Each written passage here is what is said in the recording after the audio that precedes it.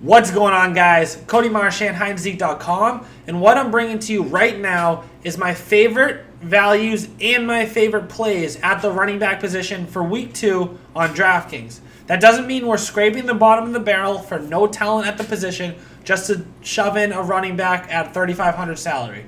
We are finding the best players at the best prices to make our cash lineup successful. That means you're going to hear about Alvin Kamara in this video, and you might say, hey, Cody, Alvin Kamara is the third most expensive receiver on the slate at $8,200. And I'll say, you're right, and he's still a great value at $8,200. The reason that we're going to be talking about Alvin Kamara is because his usage in Week 1 looked so similar to his usage in Week 1 through 4 last year when Mark Ingram was suspended, as opposed to his usage towards the end of the season when Mark Ingram was back. Yes, Latavius Murray came in, he looked great, but Alvin Kamara handled 70+% of the carries, 70+% of the passing game work for the running backs, and looked phenomenal, as always, when he did it. If you go to his Week 1 stats, my boy Alvin Kamara, I don't know if you can see this, guys. Can you see this? This is my background on my phone. Alvin Kamara, beast. 13 carries, 97 yards, 7 catches on 8 targets for 72 yards, no touchdowns, and he still had 24 points. If I had to tell you, if you guys said, Cody, you got to bet everything on one player to score a touchdown on any given slate that isn't a quarterback, it's going to be Alvin Kamara. He can do it from the ground. He can do it from the passing game. He's going to be in high point total games because his offense is good. He's going to be playing in situations where they want to get him the ball inside the red zone because they can continuously move the ball when they need to. And at 8,200 against a high-powered offense that might make them, keep their foot on the pedal, I love Alvin Kamara at 8,200. Let's go over here to my running back spreadsheet. Basically, most of the time, this will be live for you on HydeAndZeke.com. Just go to weekly ranking / quarterback, weekly ranking / running back, whatever. Right now, I am just finishing up all my rankings, and then I will be uploading them tonight. So by the time you watch this video, most likely they will be live on HydeAndZeke anyway. But for right now, let's just use my spreadsheet just to give you an idea of what the color code is supposed to be, because I don't have it right here. Let me just copy and paste it from last week's. Copy, Week 2, paste the color code, just so you guys can get an idea. Purple is great, blue is good, green's okay, yellow's bad, and red is awful. And I just kind of code them, like the player, it's what I think about their skill level and how well they would do regardless of what team they're on or opponent. We're going to be talking more about the opponent. Is this a good matchup? The price, is it a great price? Their team total, how much does Vegas expect this team to score? Obviously, teams expected a higher point total are better for fantasy. And then in this last column, it's how much are they in consideration for me? So as you can see, I have a clear player pool of roughly 8 running backs. It all has to come down to how adamant am I in getting my best picks in at other positions. Because sometimes I might come all the way down to, maybe I might bench Alvin Kamara and I have to go Latavius Murray because I want to get up to Hopkins at receiver, or I want to get up to Mahomes at quarterback. So it's not like set in stone that I'm going to use these guys. This is just how I would rank them independent of other positions. My main player pool, though, this week is Josh Jacobs, Alvin Kamara, Mark Ingram, Sony Michel, Austin Eckler, Derrick Henry, Damian Williams, and Raheem Mostert. You might be asking, Cody, why is it Raheem Mostert instead of Matt Breida? Well, Mostert just looked a little bit better in Week 1. We already know that Tevin Coleman will be missing this game. To get a $1,400 salary reduced price for Raheem Mostert instead of Matt Breida is ideal, and the only way I would be using either of them anyway is if I need that salary relief. So that's why I do prefer Mostert. That it all depends on how the rest of my lineup looks. But it's another great matchup against Cincinnati. Chris Carson had a great game last week. Let's just go down the list, right? I don't want to have search for anybody. Kamara, number 1. Who is the next person I said that I really liked? Sony Michel, obviously one of the worst games possible with 15 carries for only 14 yards, no touchdowns, nothing in the passing game, 1.4 fantasy points. So you're asking me, Cody, what the hell would I be having Sony Michel in my lineup for?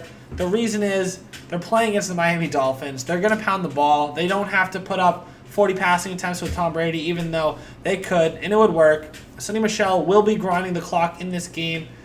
To be honest, I would rather have Austin Eckler. I don't know if my sheet says that, but I know I would. Where's Eckler? They're both 8. Yeah, I would definitely rather have Austin Eckler than Sony Michel. Reason being, he's just a better play. Sorry about that. He's just a better play. Look at him last week. Super efficient in the passing game. Super efficient on the ground. He had almost 5 yards per carry. He had almost 16 yards per catch on 7 targets, catching 6 balls for 96 yards. He had 2 touchdowns, 40 points, and he looks like a legitimate RB1 with no Melvin Gordon. The matchup isn't ideal against Detroit. They're not the best team in the league at stopping the run. They do have Damon Snacks Harrison up front, which is tough to swallow, but Austin Eckler is so utilized in the passing game that it doesn't really matter. It's kind of like James White, but he also has the upside of getting 60 to 70 rushing yards and the goal line work.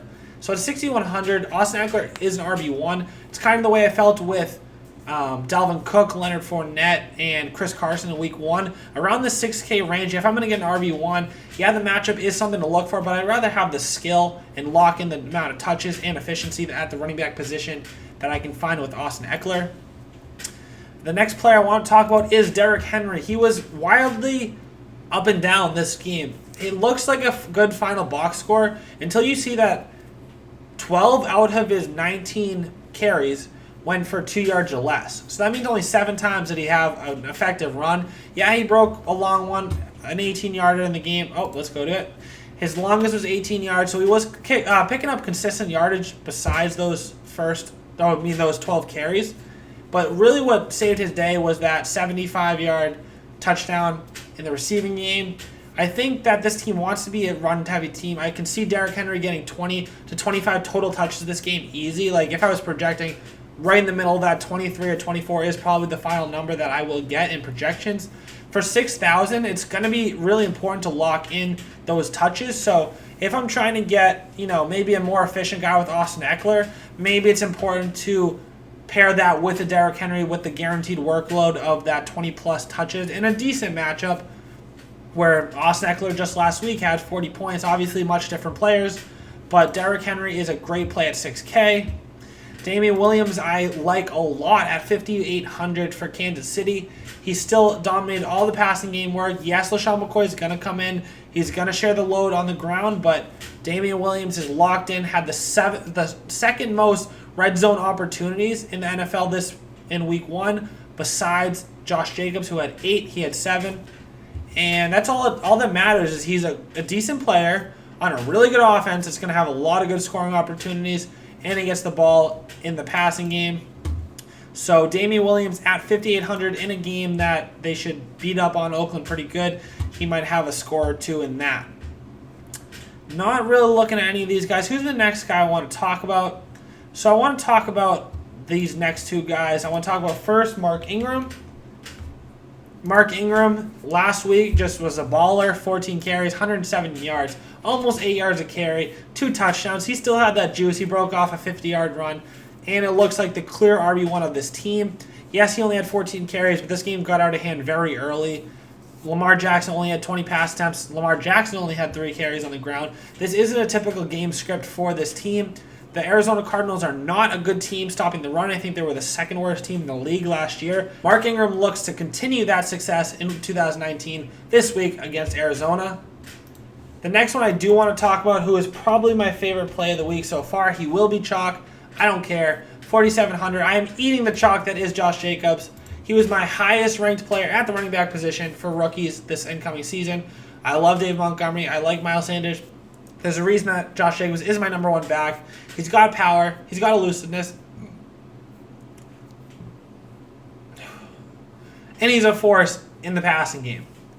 I understand that it wasn't fully on display this week, but John Gruden did say that he is going to get him more involved in the passing game. He had, 23 carries and 1 target. He had 24 total opportunities, 24 touches for Josh Jacobs, 2 touchdowns. He led the league in red zone opportunities. I understand that KC is not the same team, but they're still not that great against stopping the running back position. Josh Jacobs at 4,700 is the chalk that I'm going to eat this week. And there you have it. That is my favorite plays at the running back position for week 2 on DraftKings. If you stuck around this long, please do me a favor. Like the damn video. Subscribe to the channel. We got content coming out every single day. I appreciate it. I would love to see you guys on the live stream either Thursday right before kickoff or Sunday at 11 a.m. Eastern Time. Appreciate it. Take care.